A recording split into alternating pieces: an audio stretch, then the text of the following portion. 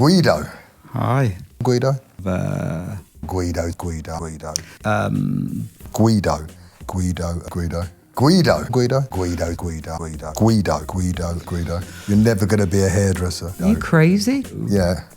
I think one of my strengths is I could see things in things, do you know what I mean? But I got the job. I know, but I can't, do you know what I mean? You know, I wasn't sort of like brushing Barbies at home. I ended up in Copenhagen and I had some friends that were hairdressers, Carmened, hot rollered, tonged, whatever it was. So I was a bit cheeky. It was like, oh, wow, do you know what I mean? We felt like rock stars. And this person would walk in and you were like, you know, I was like, wow. I don't know, I do have an ego and I enjoy it. We sort of go, what? I said, what about we do that and we do that and we add that and you put that and, you know, it's like a bit of like, you know, I don't know. It's not, I don't know. Maybe it's something I haven't done. We'll say Dolce, but it's like, well.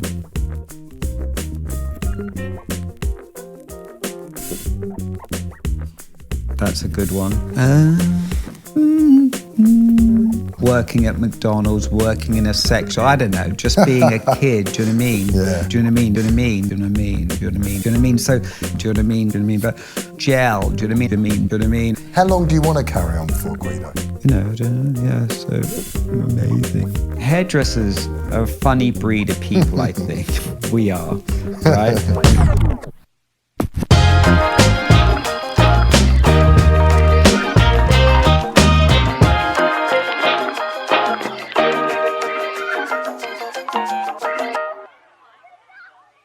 Guido. Hi. Global superstar session hairdresser, the man behind some of the most influential fashion hair in the last 3 decades. You've worked and continue to work with the most prominent designers, photographers, editors, collaborators on this planet. And Vogue said, I quote, "You are the world's most in-demand and credible stylist."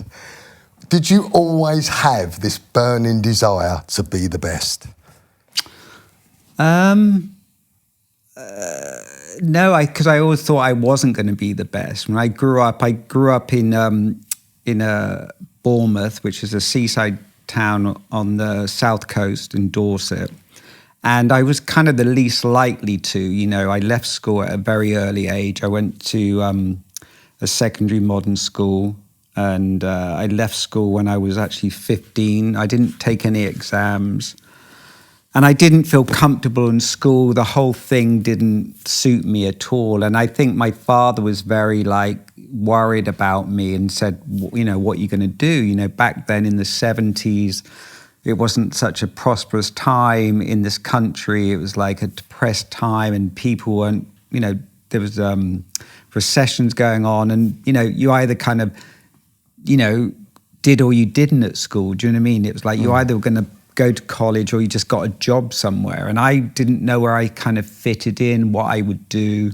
And at that time, I wasn't sort of like thinking, I wasn't sort of like brushing Barbies at home. I wasn't thinking about being a hairdresser at all. I didn't really know what I wanted to do. When I left school, I decided to travel around Europe. It was quite a thing in the 70s to get like an Interrail pass, which was a pass that you could travel around Europe for, I think, £30 and take endless train rides. I ended up in Copenhagen with a group of other young, sort of reckless people and kind of had a great fun there, living in sort of a hippie kind of commune called Christiania and DJing and kind of just doing stuff, working at McDonald's, working in a sex shop, I don't know, just being a kid, do you know what I mean? Yeah. And being lost in a way, not really knowing what I wanted to do. And then I eventually went back to England. I still didn't really know what I wanted to do. And I had some friends that were hairdressers. And I thought, maybe I could do that.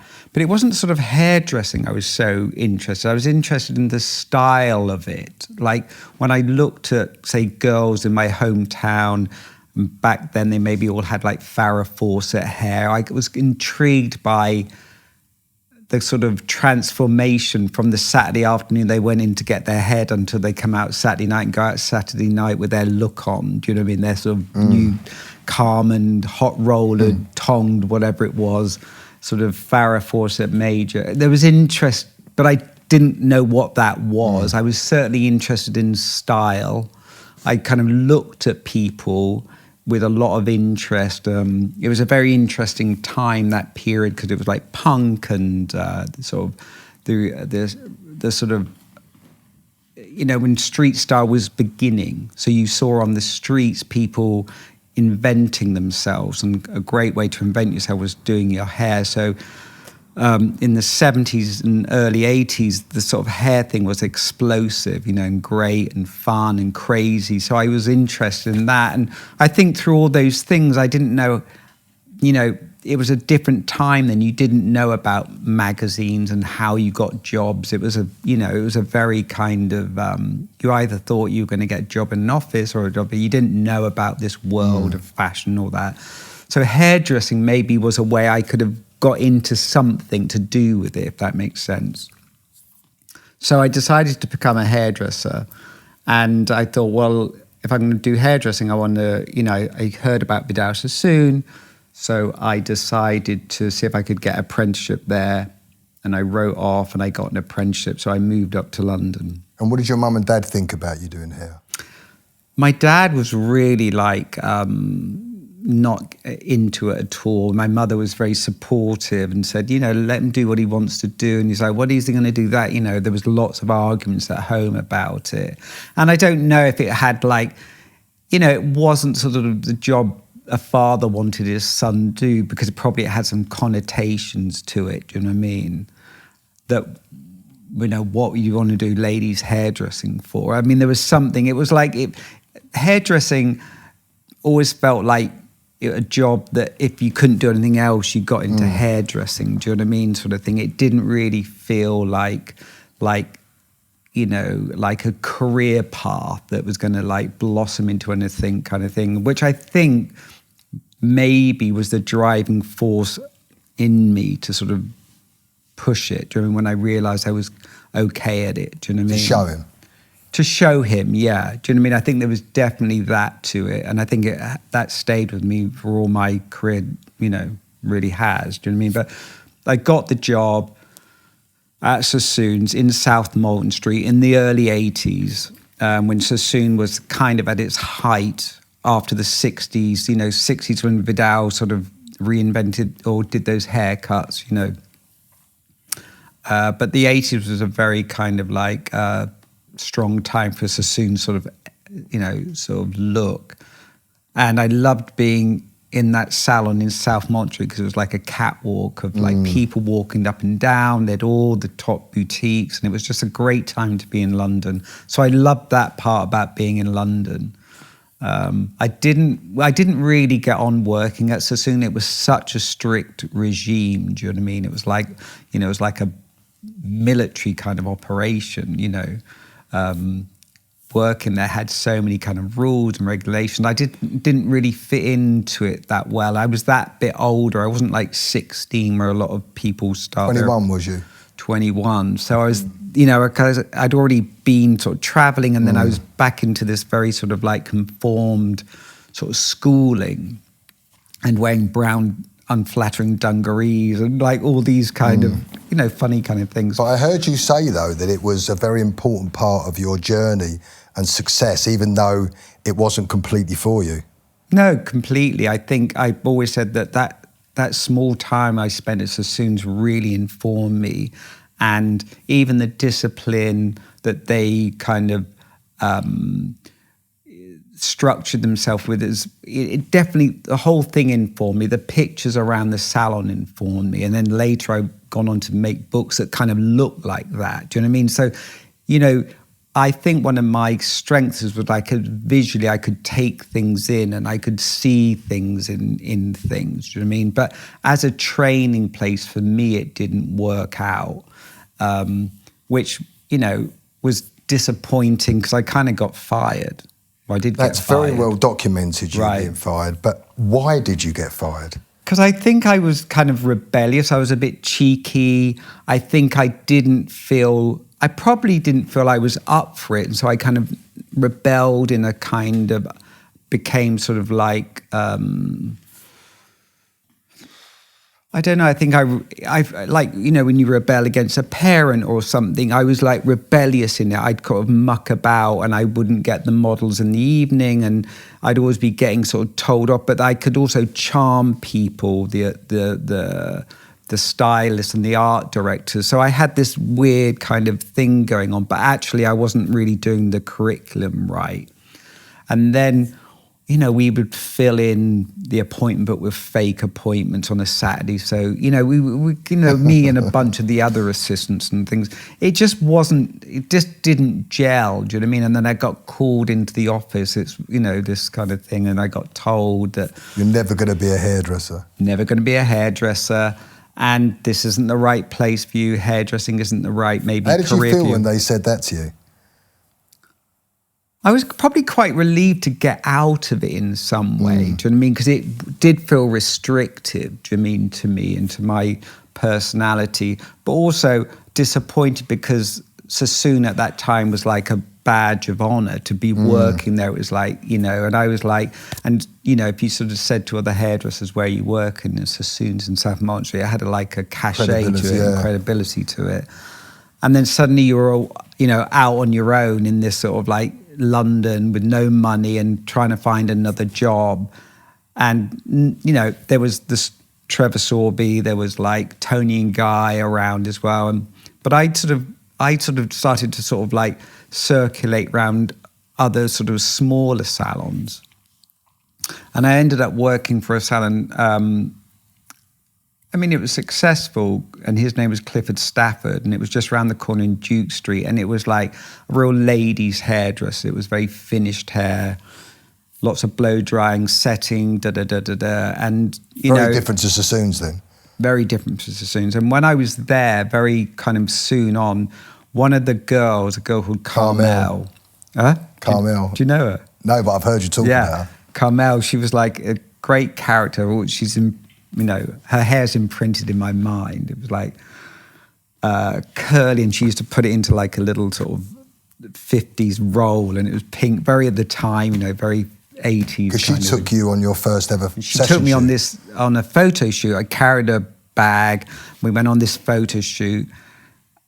And suddenly I kind of had an awakening moment. I thought, this is where I want to be. This is where I feel at home with all these kind of model and creative people and makeup artists and clothes, and I could see there where I felt I could sort of work. You know, the salon never felt really right to me, like standing behind a chair doing 12, 13 clients a day.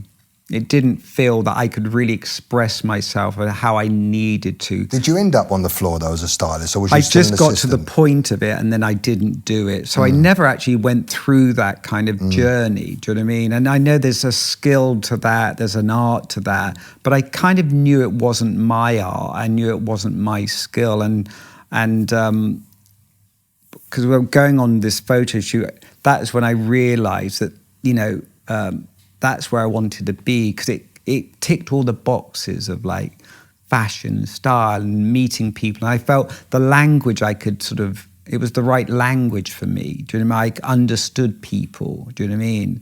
So I think, you know, so that was how it kind of happened, really. And did you go into that straight away? Did you transcend straight from the salon into session? I kind of nearly, I mean, yes, it was like, as I say, I felt this was right for me. And I sort of jumped and I found an agent. I didn't have a portfolio or anything. But again, it was a very different time. You know, people were kind of happy to take people on. It was almost like it wasn't the beginning of the industry, because the industry had been going from the 50s and the 60s or 40s. Photo shoots had gone on. But, you know, having hair and makeup on shoots was a relatively new thing. In the 70s and the early 70s, models used to do their own hair, in the 60s and all that. So having a hairdresser and makeup artist on every single photo shoot was kind of a new thing. There were people who were established, around who were doing great work and working at Vogue and all the magazines and all that, but it was still a sort of industry in its infancy. So you could kind of go to a small agency with barely anything and say, I'd love you to represent me, kind of thing. And if you had enough sort of gall and cheek, they might take you on. And that's what happened with me. And from that point and them taking me on, I started my journey of going around to new photographers and doing tests, which means, you know, working with a new photographer, a new model, a new makeup artist, and creating an image. And that would be your image. And part of the deal was you got a picture, and so you could put that in your portfolio. You built your portfolio on, you'd walk around other photographers, you'd walk around magazines, and they'd like skim through your book and go, yes, no. So you never assisted anyone? Never assist. I don't know if assisting happened then. So how did you learn all these techniques? By on the job, or having to learn, or looking at other magazines and going, I love that. What is that? Well, then you'd have to work it out yourself. Work it out myself. Was that a long and painful process doing it that way? I'm still doing it now. Do you know what I mean? I'm still, you know, I think as a hairdresser, you're forever learning. Yes, there's certain techniques like how you put the roller in, how the curling iron should work, how the flat iron, but really you're kind of learning all the time. I'm always like learning. Do you know what I mean? I don't think there's a stopping point with hairdressing. I think that's what keeps it really interesting for hairdressers. If you're interested in it, it never, and every time you think you've mastered it, you realize you haven't. The next day you'll do it, go, oh, it didn't work out this time. But back then, I was probably winging it, do you know what I mean, a bit. You know, I'd sort of get through it with sweat and get through the day with a bit of chat and like working it out and sort of like fudging it and sort of, you know, and people probably weren't as critical then, even though people had, you know, they were taskmasters then, back in those sort of days. People were, the fashion editors were around and the photographers, it wasn't like it was certainly a rites of passage. You had to, you know, but yeah, I think I'd sort of go, it's like a bit 40s and learn how to do calmers and brush it in. And then in the evenings, I'd be doing tests again. And then I would copy my favorite hairdresser's work. Do you know what I mean? I didn't have my own style. I would just copy what I'd see in Vogue, or if it was like about big hair, then I would like tease it, but it wouldn't be, you know, it was, I don't know, like doing an apprenticeship, but winging it on jobs. And how did you find your own style? I found my own style when actually I feel that I've had a very fortunate career, that I started the way I said I started. And then I met a photographer called Robert Erdman, who's still working today. He was an American photographer that worked in London, and he was a great technical photographer. And he didn't really have one style, but he had, he kind of showed me, he would like, you know, I don't know, he did very commercial, good fashion pictures, which needed very technically well done hair. So if you're working on, say, a white background where everything is so critical, you really have to get the texture right and the shape right and all that. And I don't know, me and him got on very well, and he was really supportive of me. And, you know, he would encourage me, and we worked, and I started doing Elle with him and Marie Claire, and we'd go on trips. And I don't know, no, I wasn't I wasn't at that level, but somewhere I kind of managed to work, you know, and the more you work, the more confident you get, the more people would teach you, like he would teach me, or you'd work with a great fashion editor and she'd teach you not how to do hair, but about style and about stuff like that. And I was learning as I was going along. And as I said, it was a very different time. So maybe people were critical, but maybe they weren't so dismissive if you know, there was like, you could rise up, do you know what I mean? And maybe you'd go up a bit, and then you'd go down a bit, and then you'd go up a bit, and then you'd go up a bit more. You know, and I worked with Robert for quite some time. One of his assistants, so we'd be on trips all the time. We'd be in America, we'd be in Mexico and all that. And one of his assistants was David Sims, the photographer. And me and David got on very well. And we'd be like mucking about, and it was like a little family. And when David started to take pictures himself, he said, would you do these pictures with me? Which is like late 80s, early 90s. I said, yeah, and he had a very different aesthetic. It was this kind of what is known now as the sort of grunge movement. And he'd say to me, listen, Guido, you knew where you grew up. You look at people's hair, look at what you know, look at the kid in the street, look at the bad punk hair, look at this. And he would teach me to look at hair, and he would show me books. He'd show me all the classic photography books, all the Avedon books, all the classic photographers, fashion photographers, and non-fashion photographers, reportage photographer, portrait photographers and all that. And he'd say, look at the nuance of that person's hair.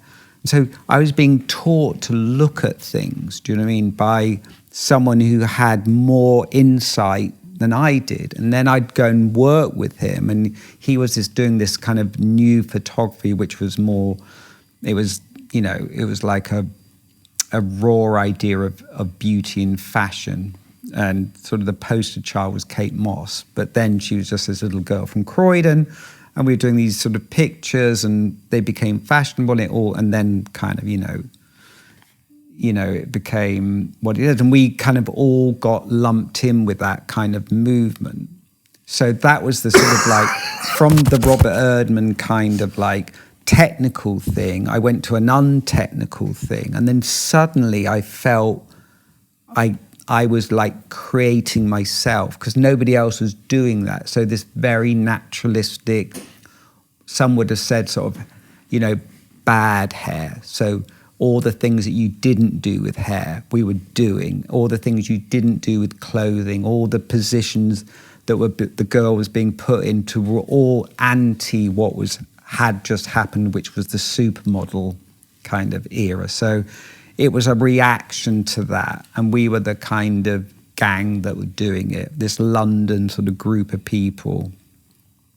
So that's when I started to get my own voice and felt confident. Before that, I just copied, and I just was seeing what was in trend, and it got me by. But it was only when I started to find my own voice, my own hand, that then people really started to look at my work. And how quick did your career take off after that?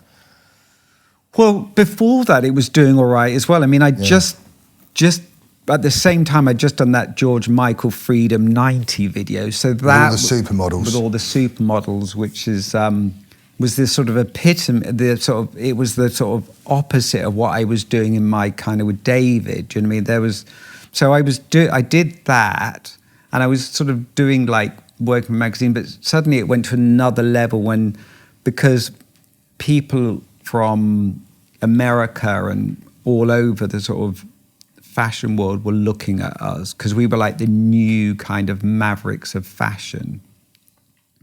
And Calvin Klein signed Kate Moss to a contract, and he wanted all the people that were attached to that look to come and work with him. So we were all flown to New York, and I was doing his shows. I'd never really done shows before, so the whole thing was like, and he was a great supporter, Calvin, of all of us, and he really elevators all suddenly. And Calvin at that time was at his sort of most powerful. How old was you at the time, Guido? How old? Yeah. I was 90. What was I? Sort of, was that 28, 29? Young 30. man. Yeah.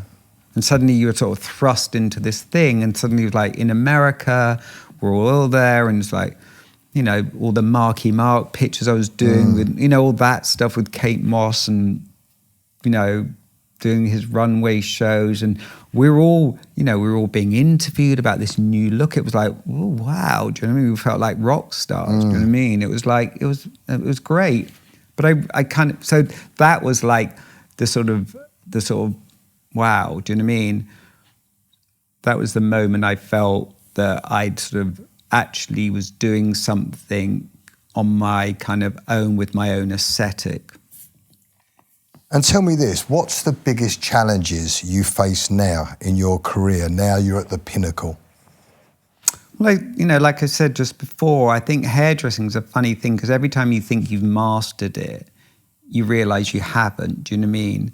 And what's so interesting now is that there's so many amazing hairdressers that I would never be aware of. But with Instagram and all that, and you see all these like from all over the world, you think, oh my God, the bar's really, really high now. Do you know what I mean? We're talking about when I go back those 30 years and there were great talented people everywhere, but you never saw their work. Do you know what I mean?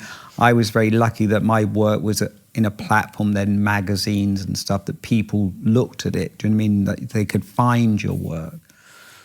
Where now, with Instagram and the likes, you see it everywhere. So every day I think, oh my God, that hairdresser in China is amazing. Do you know what I mean? Or this one's amazing. And like think, oh my God, I got to up my game in a way. So does that put pressure on you?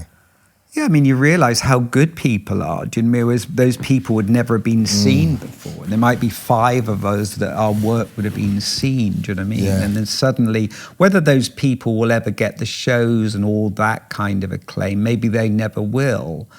But you realise there's amazing talent out there. So yeah, there's always that kind of like, yeah, definitely. That's. It's not something that I'm not overly like when I'm working. I'm not thinking like that. Do you know what I mean? But does it keep you up at night? No. What does keep you up at night? Anything? Because I have been very lucky. I've had a really long career, and I've been, I think, probably at the top of it for some time, as you said earlier. Which, think, how do I want to sort of, manage my career now? It's like, I think people, I've managed my whole career. No one's ever managed my career. As I said, I've been very lucky that I've had great teachers, like great photographers I worked with, all the photographers I ever wanted to work with. They were your mentors, were they? They were my mentors, so David Sims was that first, Robert actually was the first mentor, but in a way that he believed in me and he gave me confidence, and somewhere he liked me, and he kind of, maybe I did make mistakes, but he was generous and he kind of like supported me. And he probably, when magazines wanted to work with someone maybe more established, he was like, no. And and then meeting David and that whole period, he was a great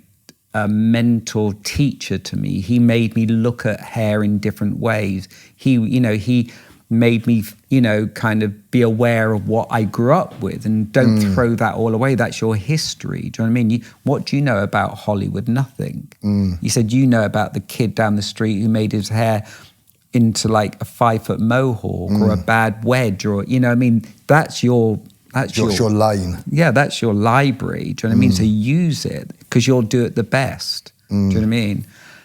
And then, then I started to work. Avedon. Avedon was someone, I looked at his pictures, he was everything to me, photography and fashion, and then suddenly I was working with him, do you know what I mean? And I was so nervous, and he said to me, where did you learn how to do your job? And I went, looking at your pictures, and he thought that was funny. And then with Avedon, he was such a sweet man. He would take me. Avedon had a great big exhibition at the Whitney in New York, and he took me to it. And he went around every image and told me, how he captured the image. And before we did Versace campaigns, and before the campaigns, I'd go to his studio and he'd show me films from the 30s and 20s, and I'd see this whole movie, and then there might be a picture of a girl leaping and her hair flying, because that's what I want to capture tomorrow. And this master was teaching me so, when you work with great people, David Sims, Avedon, Irving Penn, Stephen Meisel. These are the best people in the world at what they do. And they're trusting you, but they're kind of also teaching you. So after a while, like people who I work with a lot, like Stephen, I start seeing it through his eyes. So he's got his crew, and then when you're focusing on your subject, you're all looking at it the same way. So what would Stephen Meisel teach you, for example? What nuggets did you get from him? Well, so many, do you know what I mean? Just like he was a master in the sense of, he's like an enigma in a way, Stephen, and he's got, I don't know if people know him or not, but he's like, after Avedon, he is a great American fashion photographer and has probably done, he did, he's a master. He's someone that's, just intuitive, like people that can just, they know it. They're just like that. And when you're around him and he's, confident in you, he enthuses you with so much energy and he pushes you. So when I'm on set doing the hair, he'll go, it's amazing, she's amazing.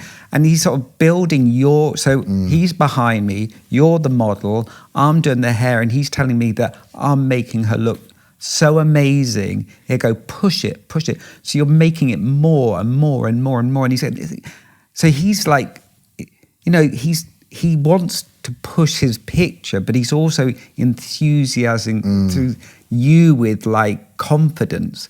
And you know what it's like being a hairdresser. If you're not confident, you can't create, So when you're in a bubble of people that believe in you, that's when you become, I'm a very unconfident person, and I'm very... Even still?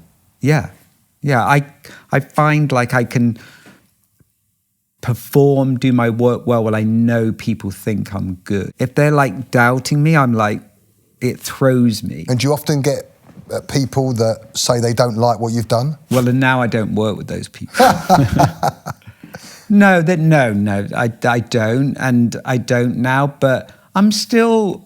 Do you ever go home beating yourself up because you wasn't happy with what you've done? Every time. I think that's one of the... I have enjoyed my success, but also every single job I know there was a bit that wasn't right. Like that bit there could have been better.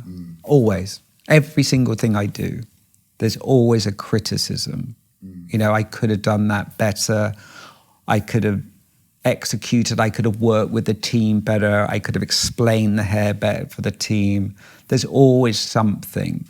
Because you're your own worst self-critic, do you think that's what's kept you sharp and successful and in front? I think everyone I know who's successful in any field has that. And I think it's a blessing and a kind of curse because sometimes you can't enjoy your success and what you've created because you're always either going on to the next thing or you're criticising what you've just done. Sort of smelling the roses along the way. Do you feel like you've made it now? I don't know. I don't know, like most people, I still feel like that kid from, Bournemouth that it was a bit like, I could turn the wrong corner and it could have been a very different story. Do you know what I mean? And I always try and tell people who work with me that I think people think when you're successful, you just happen to have it, you just go like this, do you know what I mean? And that's not the case at all, do you know what I mean? You plateau, you kind of fall a bit, you go back. And I think we're not really told that when we're sort of being taught our way. You just sort of think that you're either like a master and you're just going to get that. And people don't realise that there's ups and downs in that kind of thing, that when you get to and then when you get there, what does it mean? It just means like, I don't know. What does making it mean to you?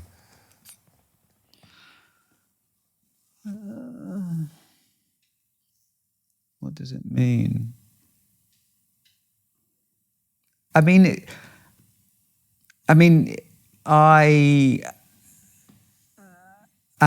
when I look back on my career, and I just talked about all those great photographers I work with, and I could sort of mention all the designers I've worked with, that are practically all of them. And I have relationships with Calvin still, even though he's not designing. He's still a mentor to me. I still respect his vision and what he says about my work, and he still comments on it.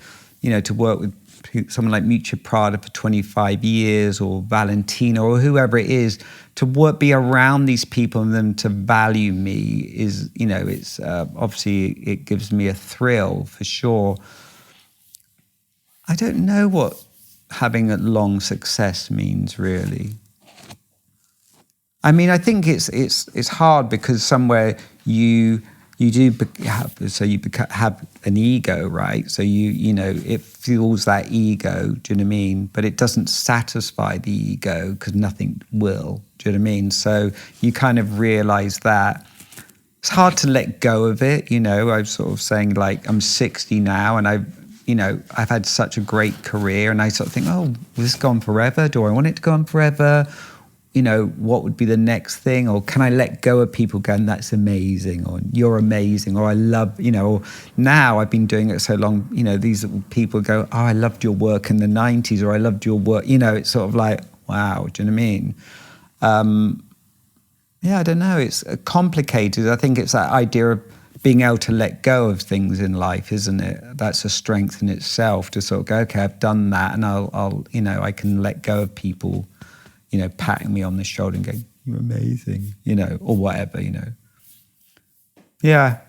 But listen, of course, I'd rather have had the success than not, do you know what I mean? And from that boy that not knowing what he was going to do at 15 to now is like unbelievable. I still, you know, like all of us, you still know that 15-year-old kid, do you know what I mean? In all of us, you know, I'm still relate to him. And the fears that kid had, I still have in a way. Just because I've had success doesn't sort of just eradicate all those insecurities. Do you know what I mean? As you said, it probably drives you to become successful. Did Sassoons drive you by fire and use, you think? It was probably more like a fuck you kind of. It was funny because later, I don't know how long ago it was. I mean, Vidal used to come to the salon, but he was godlike. It was almost like he floated in, do you know what I mean? Because there was such a kind of performance before his arrival. If he was going to come like a week's time, the salon had to be sort of like disinfected and polished and, you know, whatever. And then you, being a sort of assistant junior, were like right at the back, and this person would walk in and you were like, you know, it was really like that. I'm not exaggerating. And then he would meet the heads or the art directors, and, you know, he didn't really get, you know, so he was godlike. And then later on, maybe 20 years on, I don't really know how we kind of met. I think we might have met, and I could be wrong, in the East Village, and I was in a store, like in a clothing store, and he was in there with his wife. And I think he came over to me and said, oh, I'm a big fan of your work. He said to me. And I was like, oh, wow. I said, I'm a big fan of your... And we started this conversation. He didn't know the story about being fired or anything. You didn't tell him? I don't think I told him then. And then I did an interview. He interviewed me and I interviewed him for an American magazine because he'd seen... Because I did a show for Raf Simons in the late 90s with all these extreme, very basic kind of barbered haircuts, which kind of had a Sassoonness to them because they were graphic. And he'd seen them, and so we did a magazine article about my influence and how I took those Sassoons kind of cuts and then kind of, you know, brought them down to this sort of street level and sort of very basic kind of barbered looks. So we had a back and forth, and I think in that interview I told him about being fired, and, you know, it was like that. And then we had some exchanges. He would invite me to, he lived in LA, and he'd sort of said, if you're there, come over. He was a super nice guy. And then when he kind of I think when he got his knighthood, he invited me to a dinner he was having in London. I actually could never go to anything, and I didn't have as I said, there were very few encounters, but it was a nice kind of, part of the story about Sassoons, do you know what I mean? And tell me this, because the perception of our industry is that you can't make any money out of it. And I know it's crude to talk about money, but I think it's important for people to know when you work really hard at something and you get to the top of what you're doing, how much money you can earn in it. Right. So what do you think the top 1% of session hairdressers can earn these days? A lot. What's a lot? I mean, I haven't got a clue. I don't know. What? You must have heard. Well, you can buy yourself an apartment in New York. You can buy yourself a, house in the Hamptons. You can live a very nice life. I mean, that's a lot of money, right? Yeah. I mean, what did you earn when you first started out? £24 a week. £24 a week. And what about when you did session?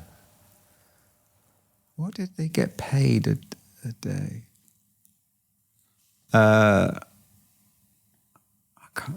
Maybe £150, £100.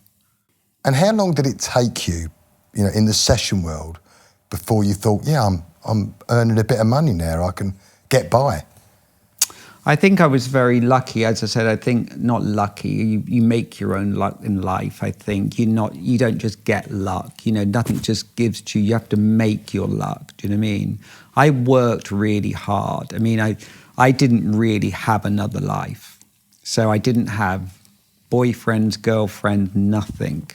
From those days in the 80s when I discovered I want to do this, my whole thing was a job. I did nothing else. I did it night and day. It consumed me. I kind of bought every style book, every photography book. I really, I suppose I put my energy that I should have put into other aspects of my life. I didn't. Like what? Well, like a partner or, different things that people do, normal people do. I didn't. I just kind of focused in on my career because I enjoyed it. I liked it. I loved it. I loved the kind of, I loved that what I did could really make a big difference in a picture.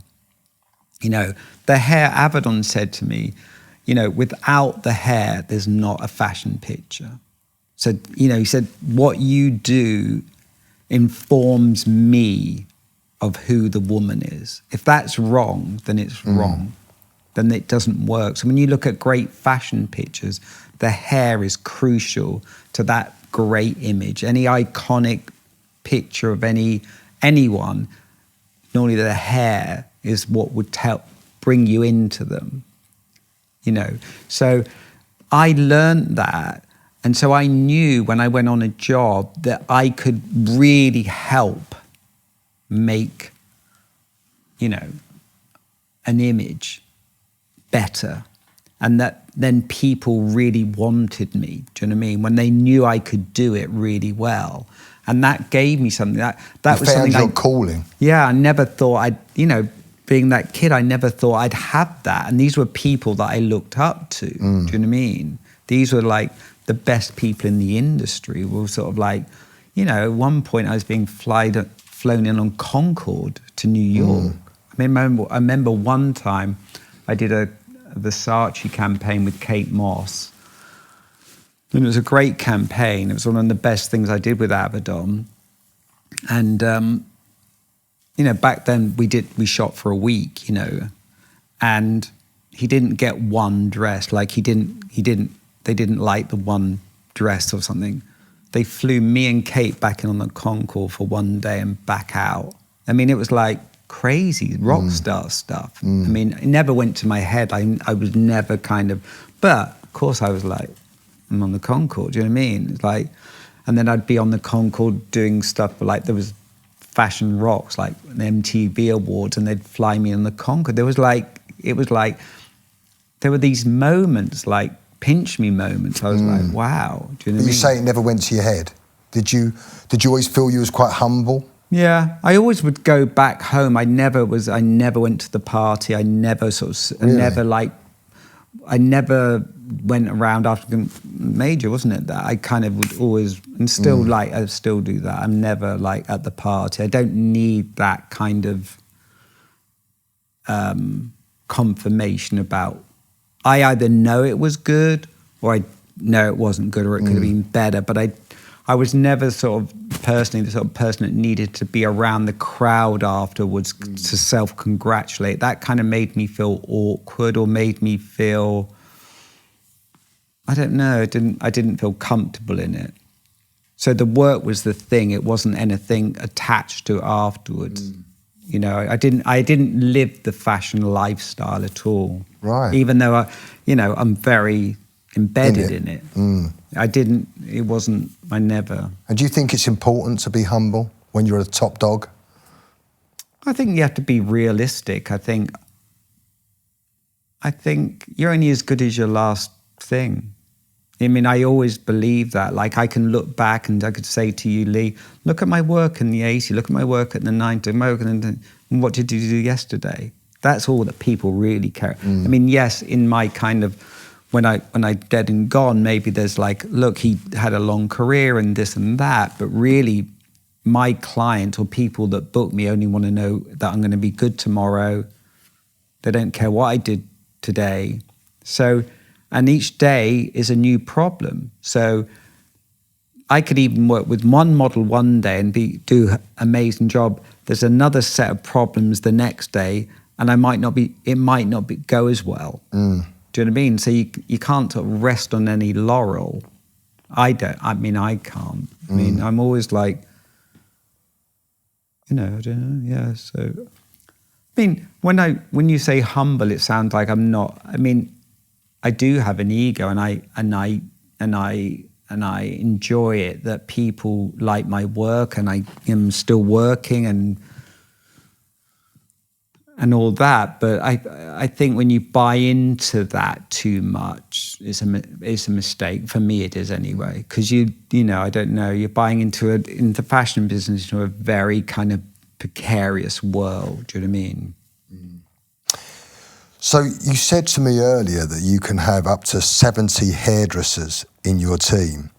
How often are you looking for new assistants for your team? Always. Always? Yeah. And how would someone get on the Guido team? And what sort of standard do they need to be at? Well, they could be at any standard, actually, because I've had different sets of teams. Do you know what I mean? Like, sometimes when you all have when the teams are smaller, sometimes I would have like maybe 20, 25 great hairdressers, and it was a nightmare because they can get very competitive. Do you know what I mean? And in that dynamic, it's sort of it can be very suffocating.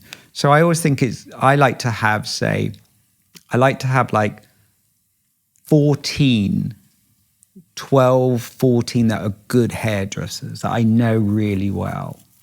And then I like sort of like, then I like it. I even quite like it when someone's not that good at hair, but they're a great personality, because they can break the kind of energy. Do you know what I mean? Or they can bring some sort of lightness to a group. Do you know what I mean? Because sometimes the shows can get very stressful. Do you know what I mean? I can get very stressed, and the team can get very stressed. So you need like balances, for it to all work. You can't just have one note, I don't think. So, and then you can have someone who's just sort of good at passing pins and clearing up. So it can be anything, really. Yeah. It just needs to be like someone that's full in and gets what's going on. Do you know what I mean? And how would they get on your team? Who would they approach? They'd probably call my agent. Call your agent? Yeah. Art and Commerce. Art and Commerce. So, and then you sort of, thing is, you probably have to be in one of the big cities. So London, Paris, New York, Milan kind of thing, until you sort of get onto a team, and then maybe you'll get flown there by the team and you get on it. But it's to be around in those cities. If you want to do shows, make yourself available in those cities. Look at what hairdressers are working there and reach out to their agents and say, I'm in Paris during the show days. I'd love to work with X.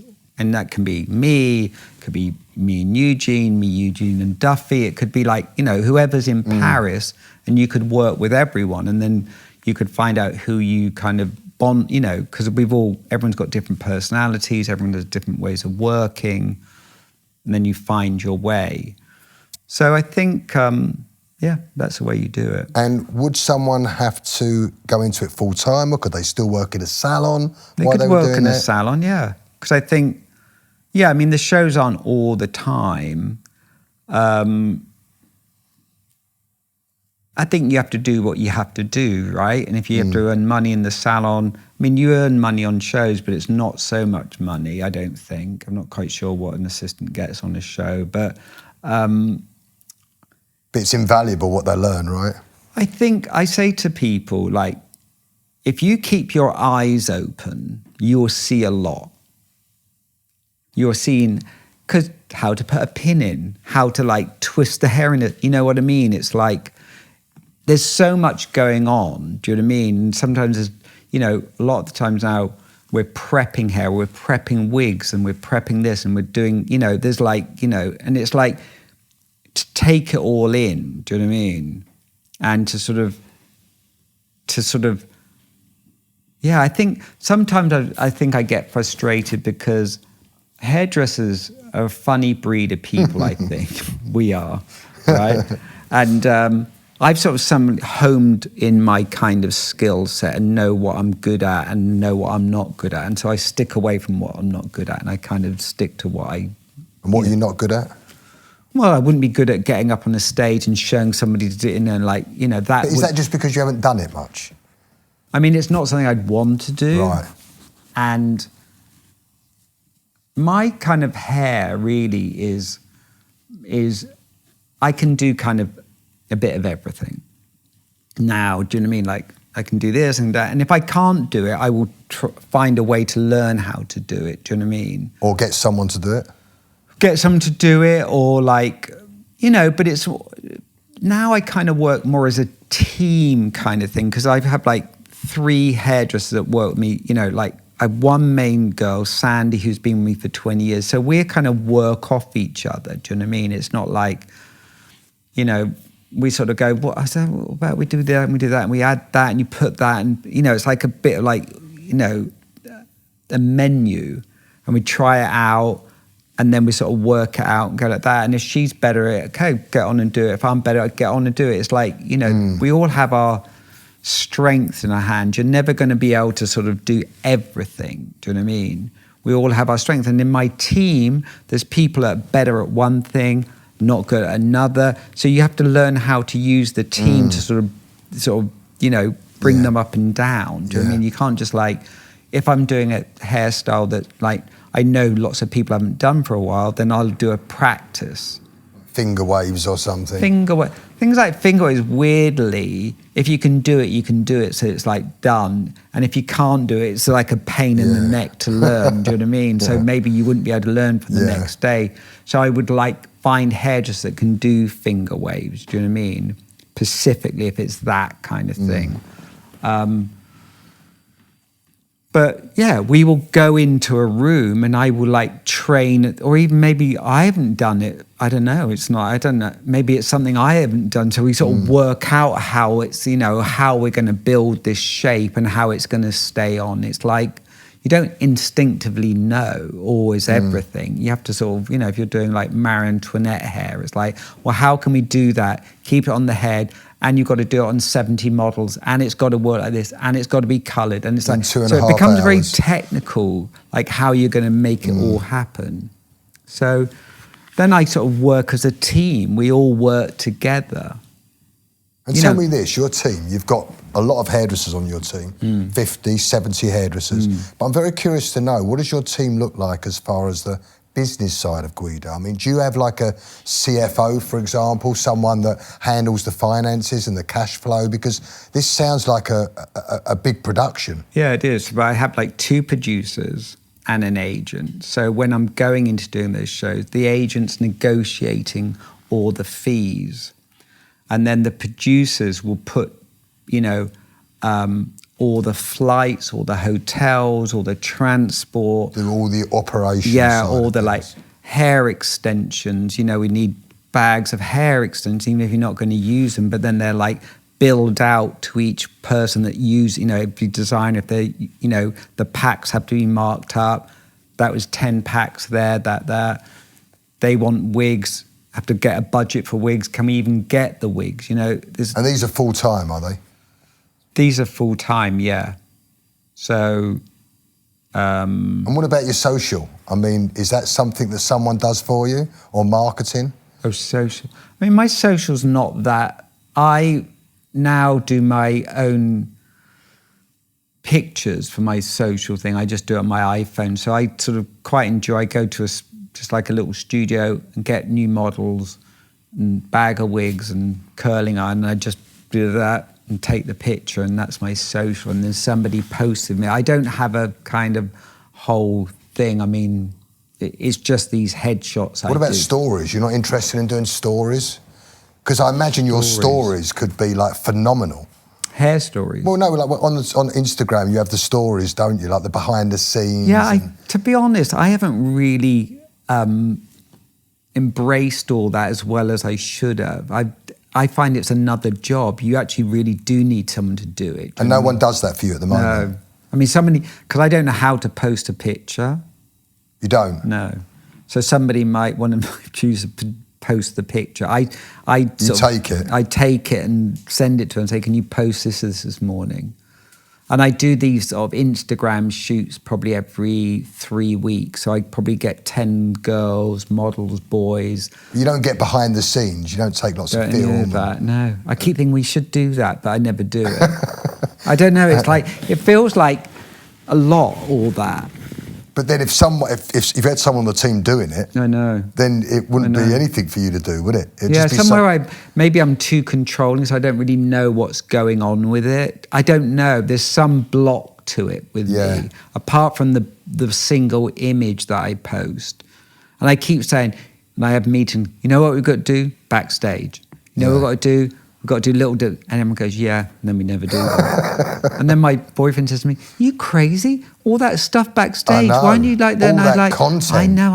And he goes on and he goes, all the content, Guido. Are you crazy? I know, but I can't. Do you know what I mean? Because when I'm at the show, I'm not even thinking about that. But then someone could just be following you. No, I know. But I'm so kind of like, I still get very nervous doing things. I always feel like I'm always the person that thinks it could go wrong.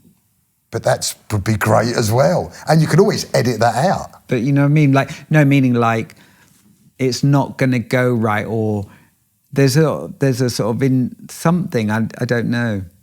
Yes, I mean, yeah, I could definitely do that. But even with the Instagram shoots that I do myself, I don't like get them filmed, you know.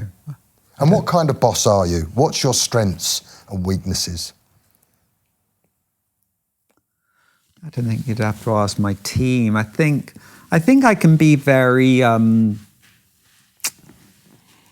don't think I'm like the biggest team builder. I think that's, you know, I think I built up a team of people that I really like, that I kind of think they're my friends. And some of my team have been with me 25 years. So I suppose that's something. But I think I can be quite short and quite like abrupt with people, which I don't think is a great learning thing. I don't think it's a great encouraging thing. And it's not meant, that's my insecurity. It's not theirs. Do you know what I mean? I think,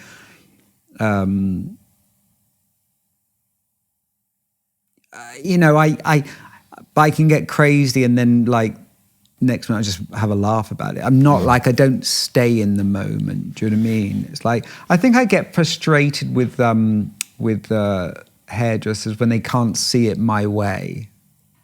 But why should they see it my way? They've got their own eyes and their own hands. I think the hard thing when you're doing a show is that you need it to be all the same hand. And everybody does hair differently. And that's understandable. The way I flip a twist someone's hair is not the way you're going to do it and not the way you're going to do it. But when you're doing a show, you're trying to get it all the same. So sometimes I get frustrated that they can't see it. Oh, no, that's not a messy knot, that's just a mess. Or can you not see the difference? That sort of like, or, you know, you might say to somebody like, oh, you know, this is the way not to do it. This is what it should look. They go, oh, yeah, yeah. And then they do it the way like that. And you're like, no, didn't I? And it can get very like, because it's hard hair, isn't it? Like, you know, if you're doing something as simple as a messy knot can look like a great messy knot, or it can just look a mess, or it can look too like a donut, like a, you know, and it's degrees of like your eye and your hand to change it. And obviously I have my idea and they have their idea, but they're trying to do it my way. So that kind of thing can be problematic. And when it is something like that, I tend to do it all myself because it's just better to. What, on 50 or 70 models? Yeah. I can do it if I've got someone with the right pins and all that and it's prepped, all the products and all in it, do you know what I mean? Then I can do it really, and I can get into a rhythm with my hand and they all kind of look the same. And then with other stuff, say finger waving, it's better if you do like a thing and get the 15 people that do it, and you just like, when it's something very technical, it's almost easier because it's just the technique. And then it can't go anywhere else because they can see that it's not right. When it's something more naturalistic, it's much more problematic. Even though they might go, oh, it's kind of easy, it's natural. It's natural can kind of go in many directions. And what my idea of natural is and what your idea or what another hairdresser's idea of is completely different. So how would you interpret it all? I mean, like, you know, Dolce & Gabbana want you to do their show for them. How does it start, and how do you get your team to deliver it how the vision is? We'll say Dolce Gabbana, who like have, you know, are so many models. I mean, how many models do they have? 120, 130. Wow. You know, and if you're doing like a couture show, like we did one in Venice, and they wanted like 70 wigs and dyed and cut and that to be recut, and you know, it's like it's a lot of work. Do you know what I mean? And you've got maybe so. Or it could be couture hair. I mean, someone like Dolce sometimes will give me a month they say, you know, we want like 60s crazy hairdos, you know, and you think, well, how are we going to... So would they give you the idea, or would you sort of like collaborate with them? They collaborate, then you send them pictures, they send you pictures, and then the hard thing is you're never going to see it until it's on the day. So the hard thing is that you have to like... that hairdo with that, but the model hasn't got that right hair, so how are we going to make it and stick it on and blend it in so it kind of look... So there's lots of technicalities when it gets to that. Lots of workshops. Lots of workshops, lots of evenings making hair pieces. I mean, you know, it's you know... And then once you've done all that, how do you translate it to your team so they can produce it on the day? Because say it was a very technical show and it's like, say, couture hair, you would have maybe a core 12 great hairdressers working with you on the prep. So they would be like, you know, you might book 3 days to do prep and they would all be doing it with you. And then when the rest of the hairdressers come in, they might be just doing something that's very like, you know, you might have to even teach them how to do a head wrap. Say you're doing wigs, you need to get rid of the hair. You know, you'd say to a group of people, you might not know all the hairdressers, and say, who knows how to do wig wrap? And they all go like that, and then you see that they don't know how to do it. So you have to start pulling them. Your eyes have to be always on the teams, do you know what I mean? So how much hair would you actually do on the day, or are you directing people on the day? I find it's better to just direct on the day, unless it's that natural thing that I can do very quickly. Or the messy... Yeah, whatever it is, I can do it very quickly and know it's kind of okay.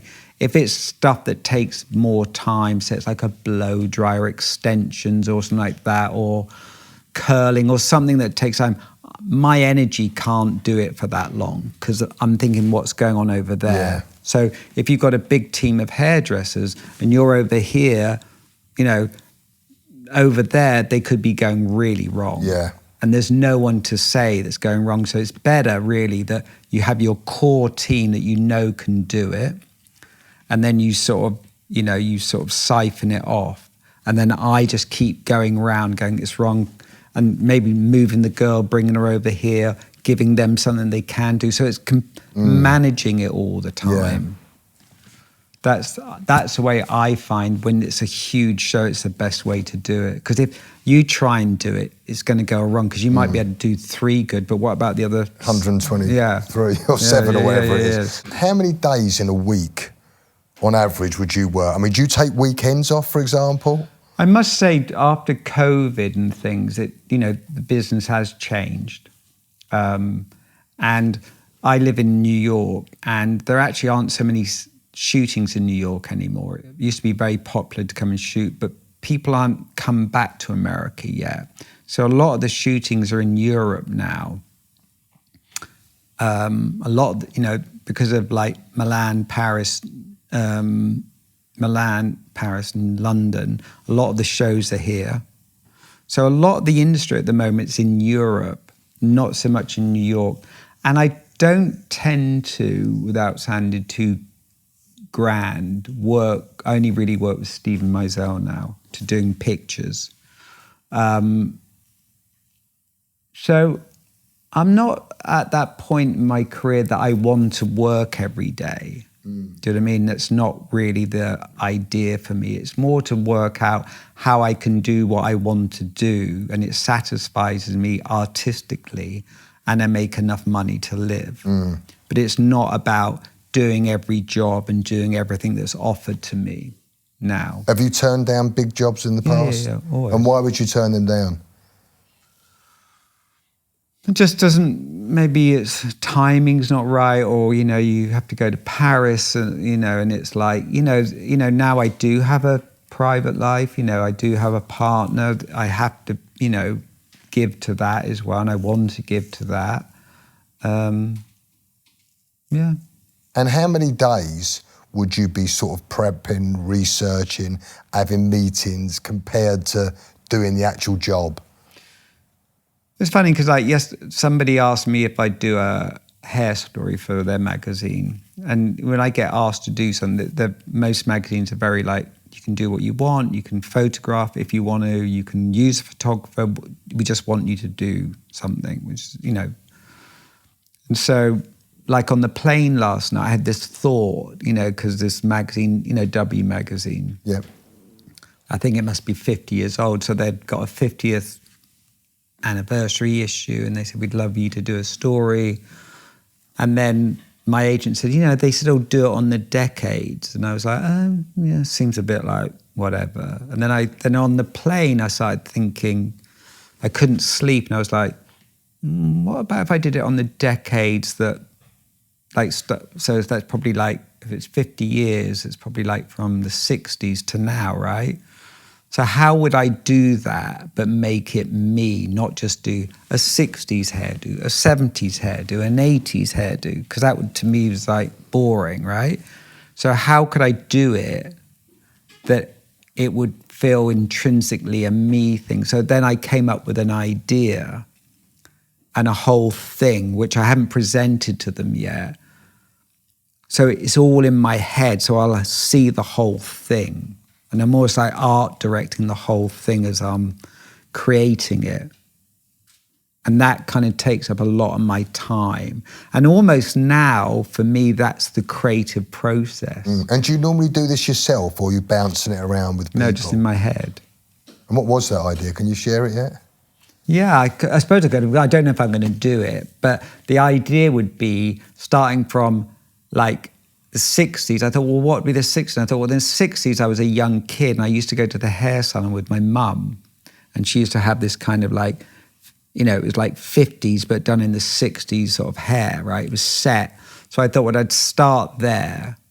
And not that I'd replicate it on my mother, but with that idea.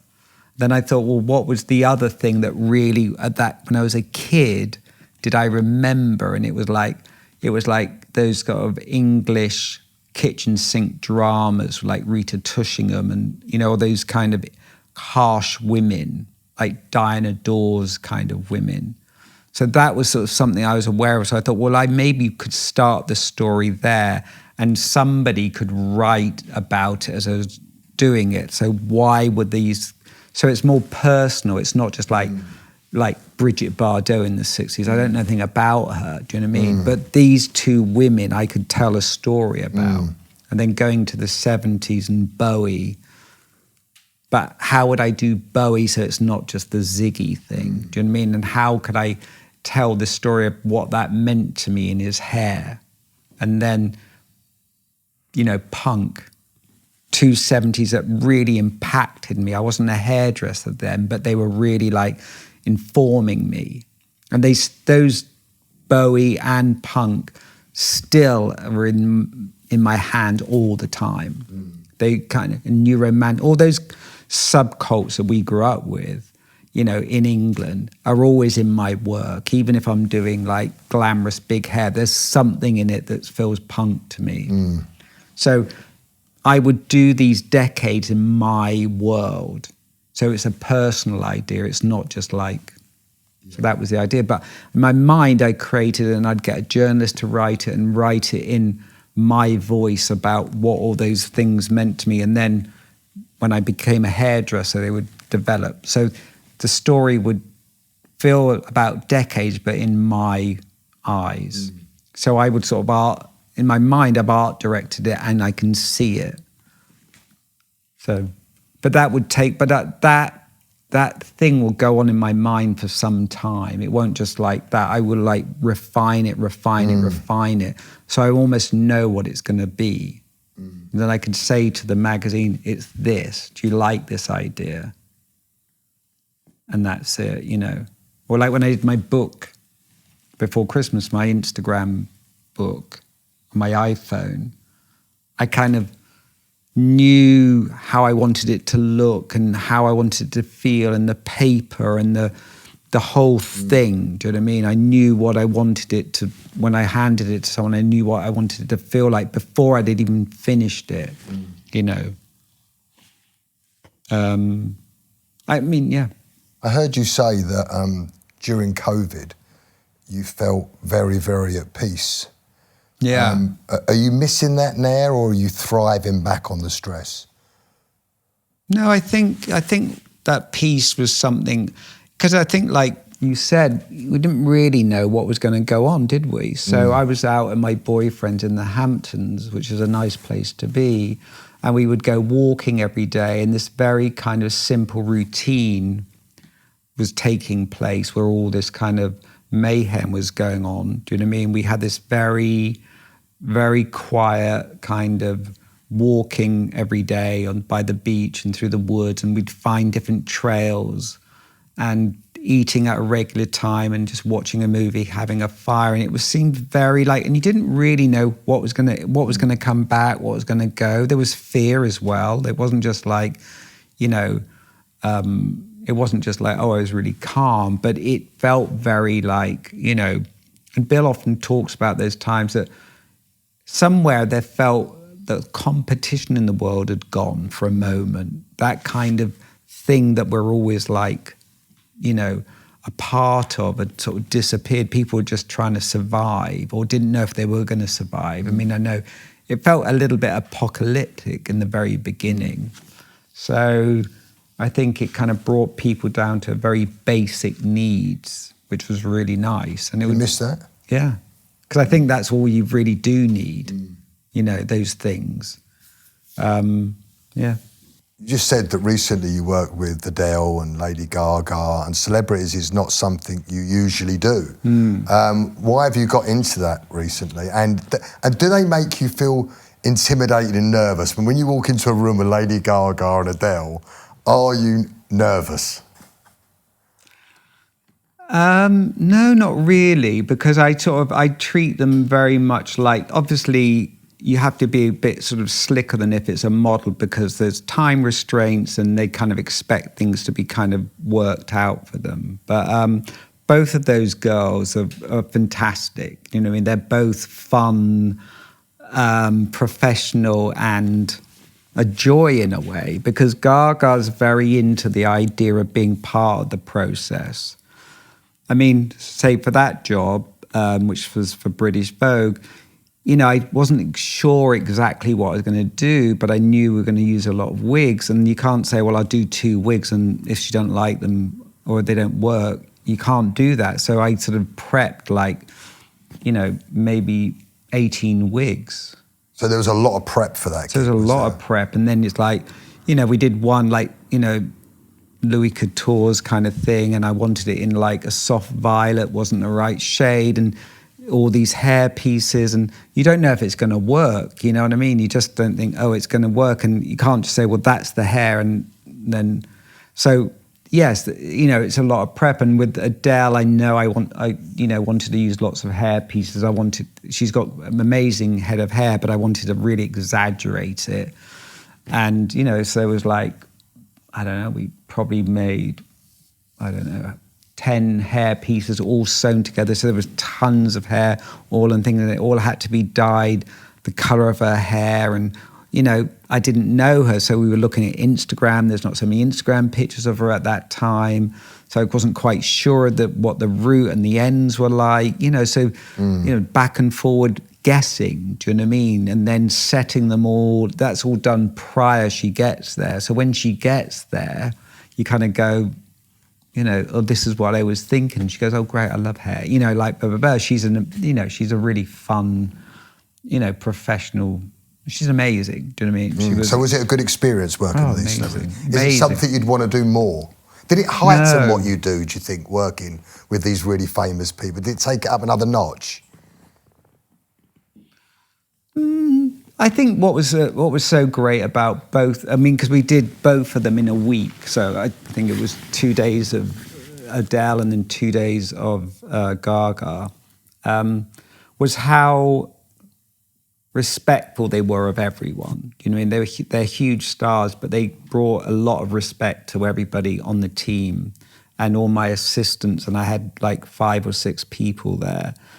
And each of them in their own way was so respectful of them that my assistants were just like bowled over, because when you're an assistant, sometimes you don't get the recognition. Do you know what I mean? But both of those girls recognized them and were vocal about it. And I think that was really impressive to me. Not only are they both amazing stars, that they were very, you know, inclusive of the everyone, and realized how much people do put in, do you know what I mean, to making them look good or better or whatever. So they were impressive in that way. Not only are they impressive that they're great talents, do you know what I mean?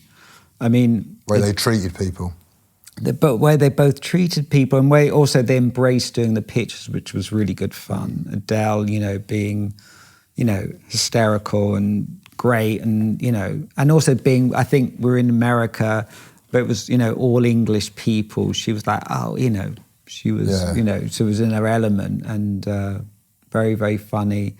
And then she sung to us all, do you know what I mean? Which was incredible. You know, at the end she said, you're not going to ask me to sing, you know? And I was like, all right then. And she kind of did Adele, do you know what I mean? It was like, oh my God. And I was actually doing her hair when she was singing, so I was really close to her, and she was like, the voice was coming out. It was like, you know, goosebumps. It's sort of something you'd never forget. You know, so that, you know, but does it make me want to work with more celebrities? No. You know, Why though? I don't know. I don't know why. I don't know. I don't really know why. You know, over the years I've kind of worked with a lot of celebrities, but it's not like, you know, when some people are celebrity hairdressers. I don't think I'm a celebrity hairdresser. I think I'm someone that's sort of a fashion hairdresser. That I do my job in some ways for hairdressers. You know, my career really is for that boy who's 15 or girl who's 15 who doesn't quite know what they want to be, but I'm sort of an example of that you can get to where you want to get. It doesn't matter where you're from. I was from a very suburban, working class family with no education, with no style, skills, nothing. But I obviously had something that wanted to, I had a drive to get on that. I didn't even know I had a drive. Because you're self-confessed lazy back in the day, right? Yeah, and I still, when I'm not working, like somebody said to, where was I the other day with somebody, and they said, because you're not the sort of person that could sit on a sofa, are you? And I thought, I'm exactly that person. When I'm not working, I can sit on a sofa and just do nothing. Chill. Yeah. And,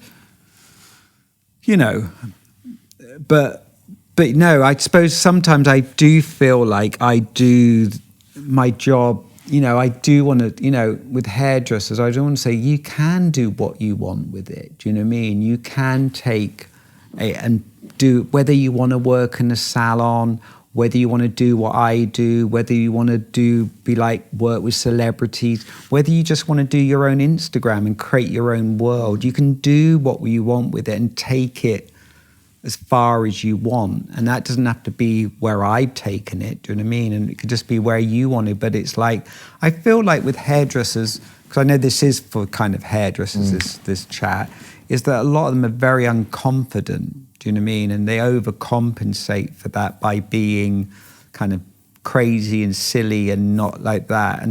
And I would say just to focus on what your kind of, what your skill is, and it's not going to be everything. But you said you wasn't confident back in the day, Guido. No, I'm not. Where did you get it from? I think from, as I said, the people that supported me. You have to look for a family somewhere. You have to try and find people that believe in you, whether it's the guy, the manager, the head stylist, the art director, the local photographer, whoever it is, your friend, someone that you have to find people that believe in what you're doing somewhere, so it kind of can lift you a bit. So it was the people that, it wasn't the work all of a sudden got better that made you confident? No, it was the people. It was it sounds very grand. It was the Calvin Kleins. It was the Abbott. I mean, these are very grand people in the fashion How can they scale not make you feel confident, right, if they tell you? But they're like sort of say you're good, because that they'd like dump you if you weren't good, because they've got all those people are trying to maintain their careers, so they don't. They want people around them. Not going to suffer fools. Yeah, they don't suffer fools. Do you know what I mean? If you're working with a designer, they're not going to suffer a fool. You might get away with it a couple of times, but if you've got relationships with these people for 25 years, you're. Oh, actually, Lee McQueen was another one. God bless him, who was very supportive of me, and we had a very long work friendship, and he believed in me, and he taught me his idea of beauty. All the stuff I did for McQueen, it was coming from him. I learned from him. That wasn't the boy from Bournemouth coming up with some idea of gothic romance or whatever. That was Lee kind of guiding me. Now, he didn't come up with the shapes and all that, but it was his kind of like thing, and being around him and seeing how he worked, seeing what his influences were, and him pushing me. I used to work with Lee when he worked at Givenchy, and we'd have a studio across the way from his studio, and I'd be there with 15 hairdressers for 10 days before his show, and we'd be like in a wig shop. And he'd come down after 2 days, and someone on the team could be making a wig for 2 days, and he'd go, "No, it's no good." And that would be it. And you'd be like, "That's amazing. Don't like it." Yeah.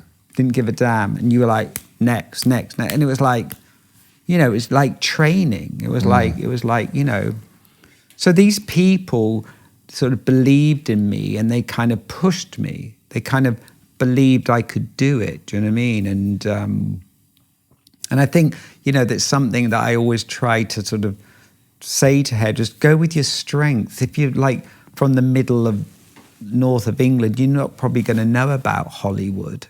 Do you know what I mean? So maybe see what's around you, take inspiration from that. Do you know what I mean? Don't try and sort of, Or if your dream is Hollywood, then go to Hollywood. You know, you've got to go to sort of, you can't be, you know, you have to take steps. And sometimes I felt I was kind of like drowning. I'd like moved to New York when I was like, you know, in 1992 and that whole grunge thing. And I was like, what am I doing in New York? I didn't know, but I was like, it felt that it was something I had to do. I knew I had to keep moving forward. You know, even if you get derailed a bit, you have to keep going on. And I said, make your own luck, do you know what I mean? And try and find what you want to say. It's not going to be what I want to say, do you know what I mean? You've got to find your own way. And that's what I was saying earlier on Instagram. You see so many amazing people's work in their own way that it's nothing to do with me, but it's like amazing because it's their vision.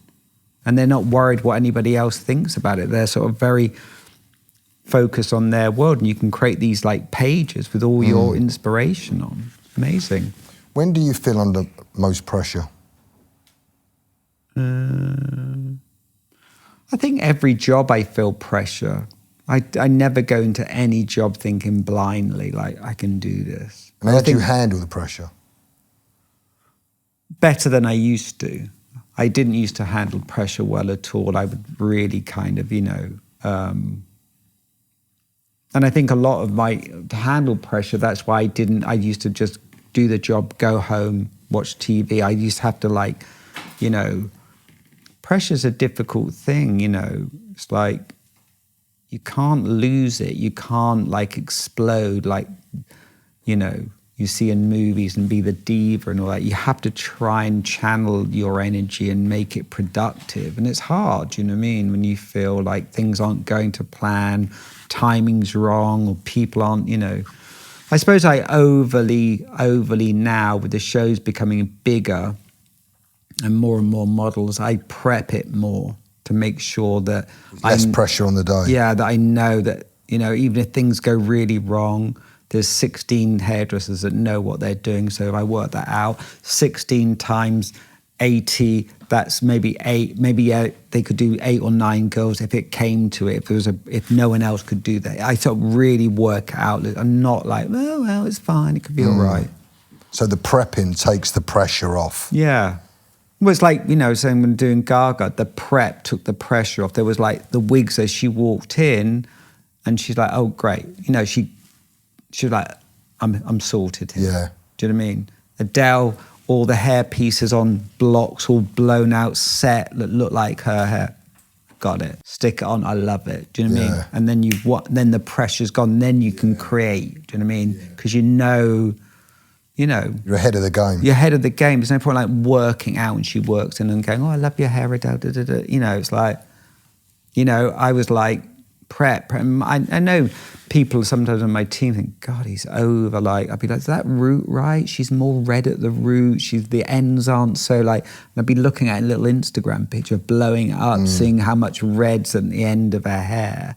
And when she came for the fitting the day before and I was trying on the hair pieces, she went, I said, oh, your hair's like redder than I thought. She said, oh, don't worry, I'll wash it, lighten it up, don't worry, it lightens up, and it photographs and it all blended, so it was fine. But, you know, I'm sure those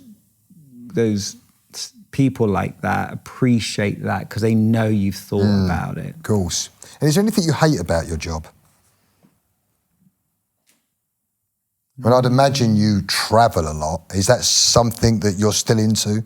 No, I suppose the travel's not great. Do you know what I mean? Like I just flew in today and I've got to work tomorrow and I'm tired, and you sort of, you know, you just have to, you know, you keep, you know. I mean, though, saying that, it's something I do know. I've been doing it for 30 years, 35 years traveling, so it's not like a new thing. But I bet in the day it was very exciting, wasn't it? Yeah, I mean, you know, you tire of things. I think, what else don't I like?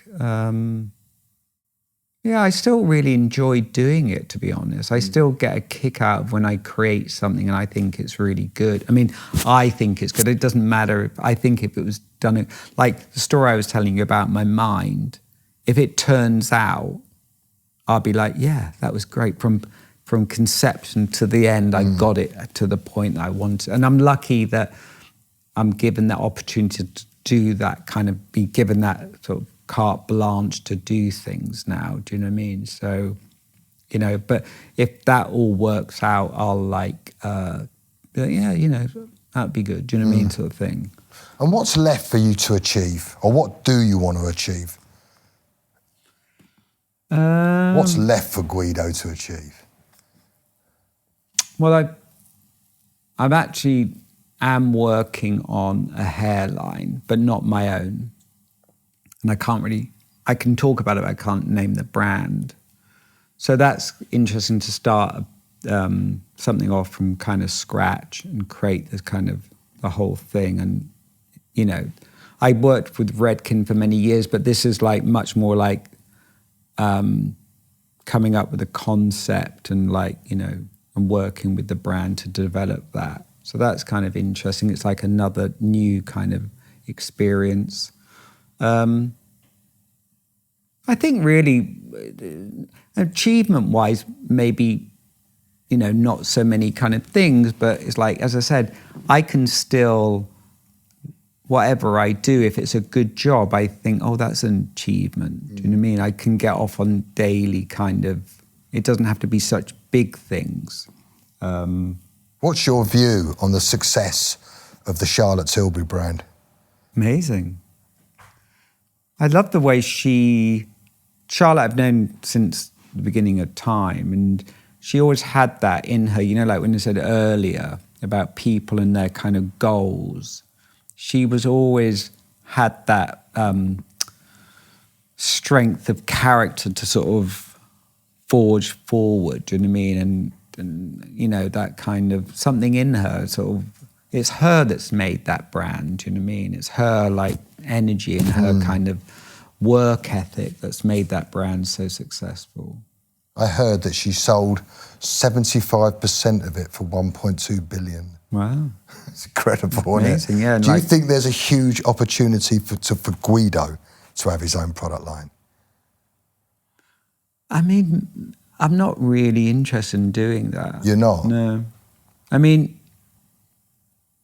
that was a lot of work Charlotte put into it. I don't know if I wonder if there's another aspect of my life that I would like to try and tap into that isn't about the success of something. Because I think, yes, I could probably get finance and start the whole thing up. There's no guarantees that it's going to be successful. Do you know what I mean? And, there's a lot of makeup brands that haven't had Charlotte Tilbury's success. It doesn't mean that because I'm, in the fashion business, being very successful. As you know, Joe Bloggs could open a hairline and it could sell 1.6 billion.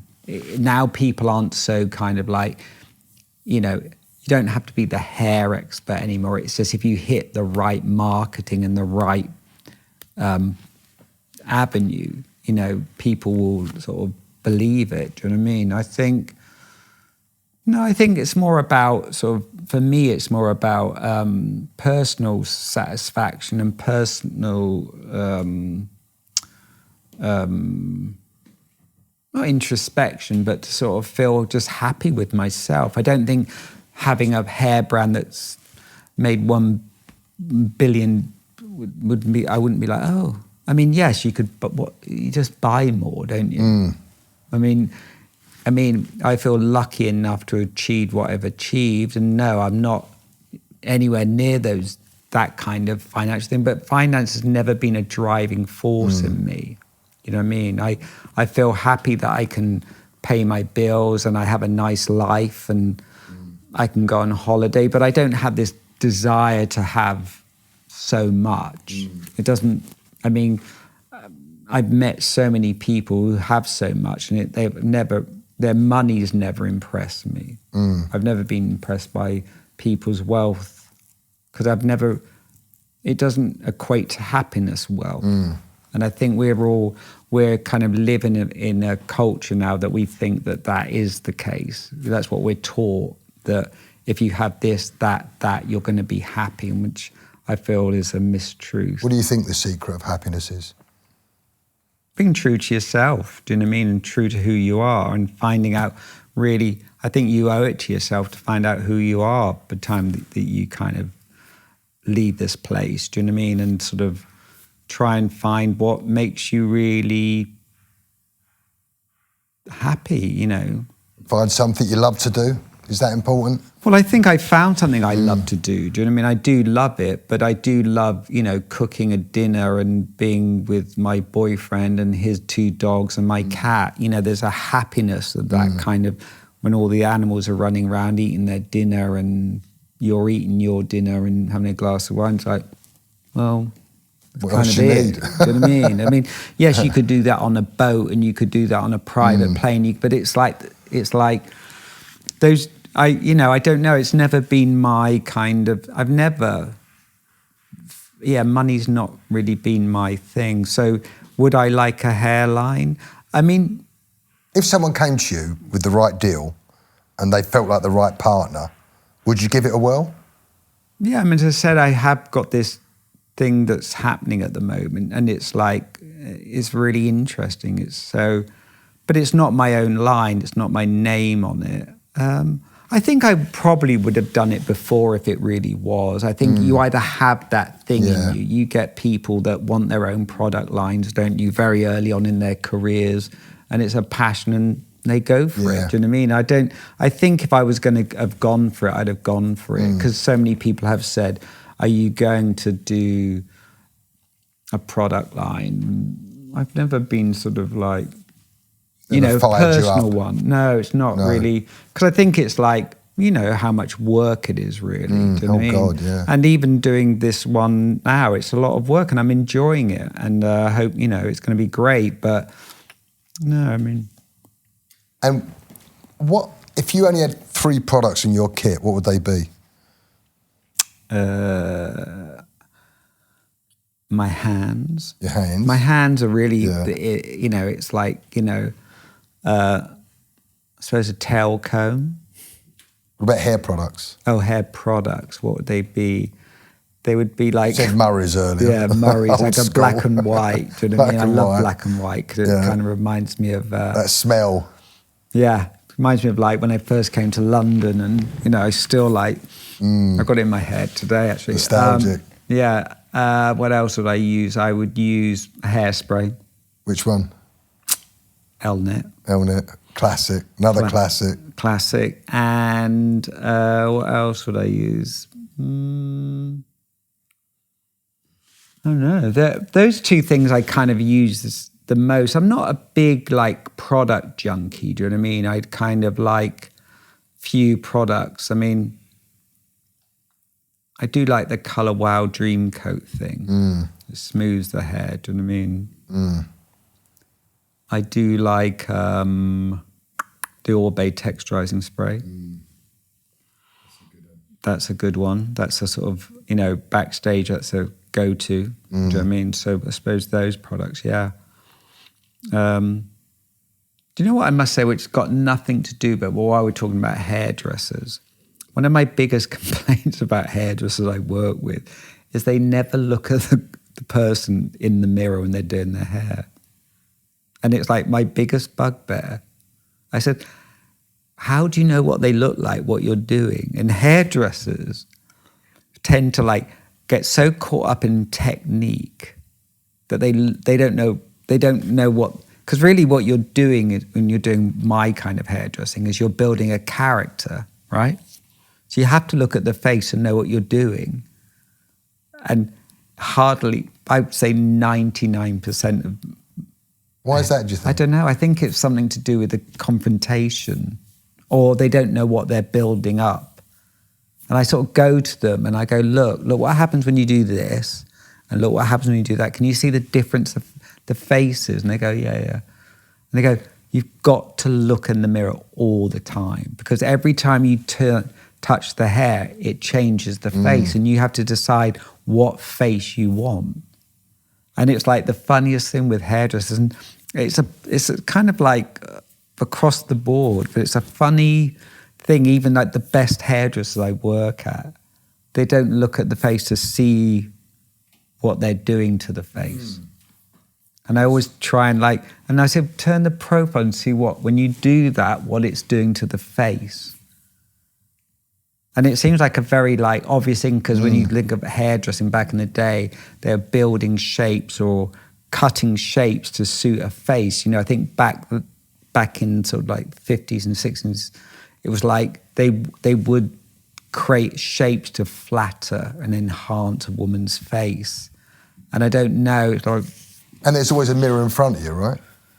Always a mirror in front. I mean, I actually do a lot of hair, because I'm doing it on set, that I'm doing it they're standing there and I'm doing it there. Do you know what I mean? When I do hair for pictures, I very rarely do it in the dressing room. I don't know what I'm doing. So you don't have a mirror in front of you then? No, but I will see when I'm doing hair. You're standing in front of them.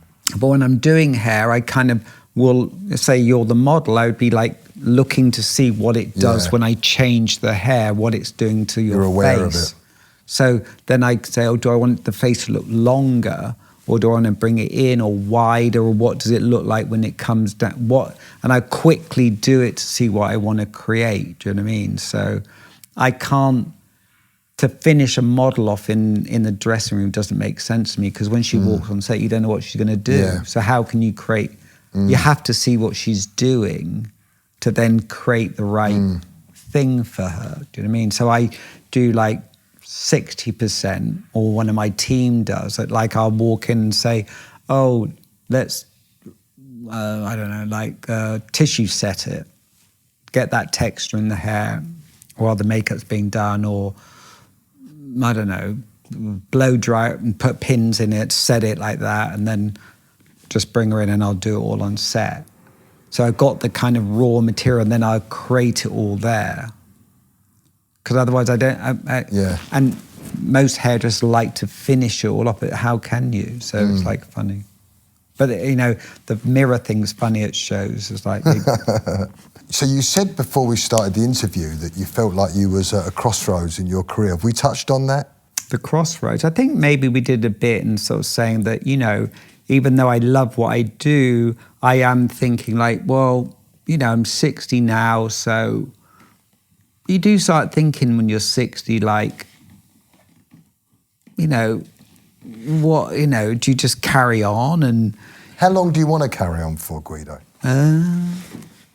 How long could someone carry on in session? Could you be doing it when you're 80? Yeah, I suppose so. Didier Malaysia's pretty old. Do you know Didier? No. French guy, he's pretty old. How old is he? 75. And he's still going? Yeah. But I do think there is a point that you're not on the zeitgeist of what's happening. But all these photographers are, though, aren't they? I think, young photographers are. I think even older photographers. About Stephen Mazzell. No, I think he is, but I think, he's I think we all, in every, if you're a recording artist, you make a record, right, that hits the moment, that is all the kind of stars are aligned and it's perfect for its time, right? And, I think there's been points in my career that I really hit the zeitgeist of fashion and the way people look or feel they want to look, or be provocative about the way I think hair should be. And I think the older you get, even though you like to think you're still on the pulse, you kind of, you can't know what a 20-year-old's thinking.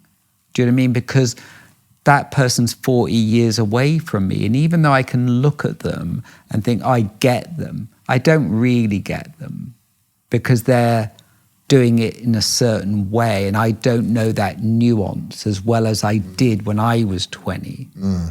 So when you see kids doing the 80s now I lived in the 80s, right? I go, oh, that's the 80s. I know the original. But they're doing it in their way that I might go, well, it's not the way, no, in the 80s it was blah, blah, blah. But a 20-year-old doing the 80s is doing it with their hand and how they see it. So it's some way it kind of looks new. Where if I do the 80s, I always think it looks like a pastiche because I'm trying to replicate the period I knew. So even though you feel you can connect with like a 20-year-old or you get what they're doing, you don't get it in the same way, which I think is interesting. Good, it shouldn't be. It's like if a 20-year-old isn't sort of saying something newer than a 60-year-old, then there's something wrong. That's just the evolution of like the way it is. Always young people are going to come up and say new things, aren't they? Because that's what keeps the whole thing going. And hopefully in hairdressing, you see that. Do you know what I mean? They're not just trying to replicate my work or somebody else's work. They're doing it their voice. And that's why I'm saying that on Instagram, you do see people. And I think that is not anything to do with my voice or any of my contemporaries. It is something to do with that generation and what they're being influenced and what they're looking at. And even though I can go, oh, it's kind of punk and it's red, it's not 1976 in the King's Road. It's like another take on it that's different, which is interesting. So how long do you think you could go on for? How long do you want to go on for, do you think? Do you think you'll retire? It's interesting. I spoke to this guy the other day who's a big tax lawyer, and he said he was like huge, and I think in his job, and I just met him in passing. We were chatting, and he was taking pictures now, but not fashion pictures, just like still, like, I don't know, seaside pictures or just, and he'd framed them, and I said, oh, they look great and all that. He said, it's funny, I was this huge tax lawyer in New York, and I wrote books and wrote papers. And he said I was really one of the biggest in New York, which is a big deal, being a big tax lawyer.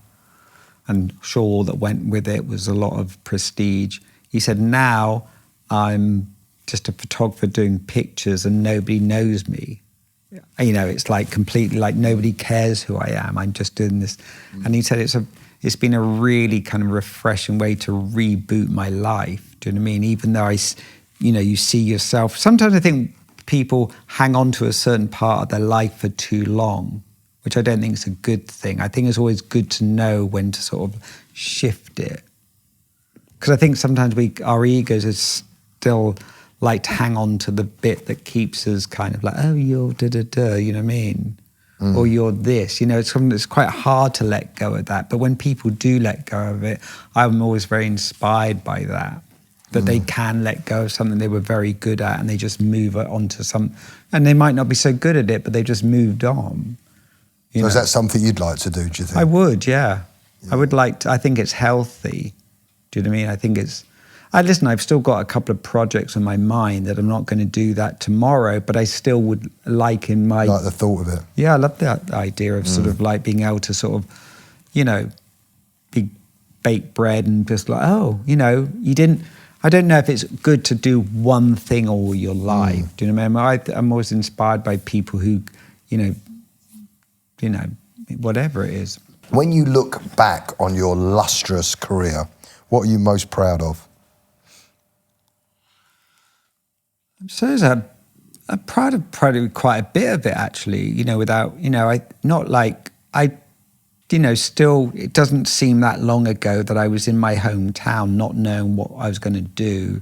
And then I'm sat here with you discussing my career,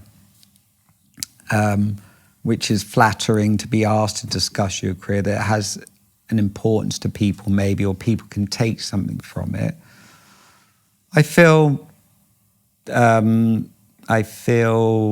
grateful for all the chances I had or have. Do you know what I mean? I feel grateful to all the amazing kind of collaborations I've done over the years, for the great, sometimes, I was lucky enough to do landmark kind of fashion moments, which are great to look back on that you were there. Do you know what I mean? Yeah.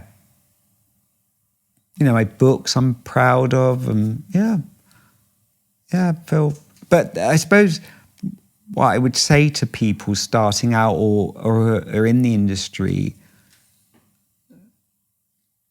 I was no different from you. Do you know what I mean? But I just somehow tapped into my thing. and found my voice. Do you know what I mean? And then kind of probably exploited it because I saw a way to exploit it. Do you know what I mean? But it was a truth. It wasn't like a fakeness. Do you know what I mean? It was a truth. So I can stand by my work and say, when I did these things, it was a truth coming out my hands. Do you know what I mean? Without being too kind of esoteric about it. It was like, and people believe it when it's a truth. And it can be whatever. You don't have to be my way. It can be any way, you know. But if you're truthful and you're true to what your vision is, no one can kind of take that away from you. Doesn't matter how much success, and you can stand by it. Do you know what I mean? As well, if it's your truth, I think, you know, to get that out of life is a really important thing, or that out of your job. Do you know what I mean? Is a great thing, and it's just to be kind of authentic, yeah, because you might, whatever you like doing in hair, it's fine. Someone can say it's wrong, but it's wrong in their eyes. It's not wrong in your eyes. I mean, what's wrong and what's right, I don't know. Do you know what I mean? It's just like whatever, you know, there's a kind of line of like people saying what's wrong and right, but really all those boundaries, it's just like you go with what you think. You know, if you have a gut instinct for something, try and get that out there. Do you feel like when you look back, you've had to make sacrifices? Yeah, for sure. Any regrets, or does it all feel like a pot of gold at the end of the rainbow now? No, I look back and I think, God, I wish I'd gone out to more clubs. I wish I'd gone to, you know, I wish I'd been more kind of like, you know, freer with myself. I was very like 1 o'clock, I'm going home. You know, I was like, you know. Very determined. Yeah, very like I knew I wasn't that person that could just get lost in a sort of nightlife world. It wasn't right for my temperament. But when I look back on those times in early 80s and mid 80s in London when people were going out and getting crazy and being creative and doing that, I do look back and go, God, I wish I'd had a little bit more of that in me, but I didn't. I was more of an observer. I think that observation, especially in those times, informed me. And I did put that into my work later on when I could. You know, all those crazy people that I saw in nightclubs, I kind of stole their kind of thing and then put it into my work. Do you know what I mean? So, I mean, there's always regret somewhere. I don't have any like, I don't think I have any huge regrets. No. And I suppose not going out and partying meant that in the 30 years that you did session and never took a sick day and never turned up late, obviously stood you in good stead, right? Yeah, I mean, I've never taken a day off sick. I mean, that's an incredible record, late. that is. Yeah, never been late for a job. I can't be late. Even if I think, oh, you know what, I'll get there a bit late. I always get there on time or early. Yeah. I mean, it's just the way I am, and I feel like if someone books you, you have to turn up. You know, it's like I didn't think I had I think from my father, I must have learned a good work ethic. 'Cause, as I said, I felt naturally lazy, but obviously somewhere there is an ingrained work ethic to me, do you know what I mean, which has served me well. And what never fails to get Guido emotional? Think about that. I don't know what it is. I can well up for the most strange reasons. Do you know what I mean? Like, I don't know what it is. It might be a memory or some sort of somewhere where I was really happy for a split second and it just gets brought up. I was doing a class yesterday out in the Hamptons, a spin class, and they started playing this record. And it's Janet Jackson, which I'm not like a huge Janet, but it was something about it triggered me, and I didn't get upset, but I could feel myself in a split second getting emotional. Do you know what I mean? Or maybe it was just like I was with my partner and we were both doing this spin and it was funny and he didn't want to go, but he suddenly started enjoying it. And that record came on and he said, I love this record. And I just felt very happy. Yeah, I just felt like I can get emotional now about it. It was just like, oh, this is really nice. Do you know what I mean? So, yeah. Just like little things, I don't know. Did you cry at movies? No. More at ads sometimes. More at ads. Advertising. And how would you like to be remembered, Guido? I don't know. I mean, it would be nice if you felt that you did leave some kind of legacy to your craft, that people would look back on it in time and go, God, he did some great things, and he kind of pushed the industry on a bit in his way. Do you know what I mean? I think that would be huge if that was there. Do you know what I mean? I don't, actually somebody asked me about Sassoon. Apparently it's 10 years since he passed. So somebody was doing a thing about him, and they said, I'm sure, for him, he did, it was a very short period he did those very influential work, in the late 60s, early 70s. But just to have that legacy, I mean, I'm not trying to compare myself to him at all, far from it. But in that little period that he had when he was really at the zeitgeist of sort of popular culture, and he did those haircuts which were revolutionary at the time, and to think there's still a blueprint of hairdressing, that's a huge thing. I'm not trying to compare that, but if a hairdresser could look at my work, at some of it and some bits of it, and go, wow, that kind of changed the way women or men looked then. It moved fashion on a bit. Do you know what I mean? There was a little bit of that, I think. You've certainly done that, mate. Oh. You've certainly done that. But, that would be... Yeah. Now I'm getting emotional. But that would be nice, I don't, yeah. Okay, we've got some quick fire questions. First thing that pops into your head. I'm not good at this. Marmite, love it or hate it? Hate. Shower or bath? Shower. Night in, night out? Night in. Hair up or hair down? I don't mind. Netflix or YouTube? Netflix.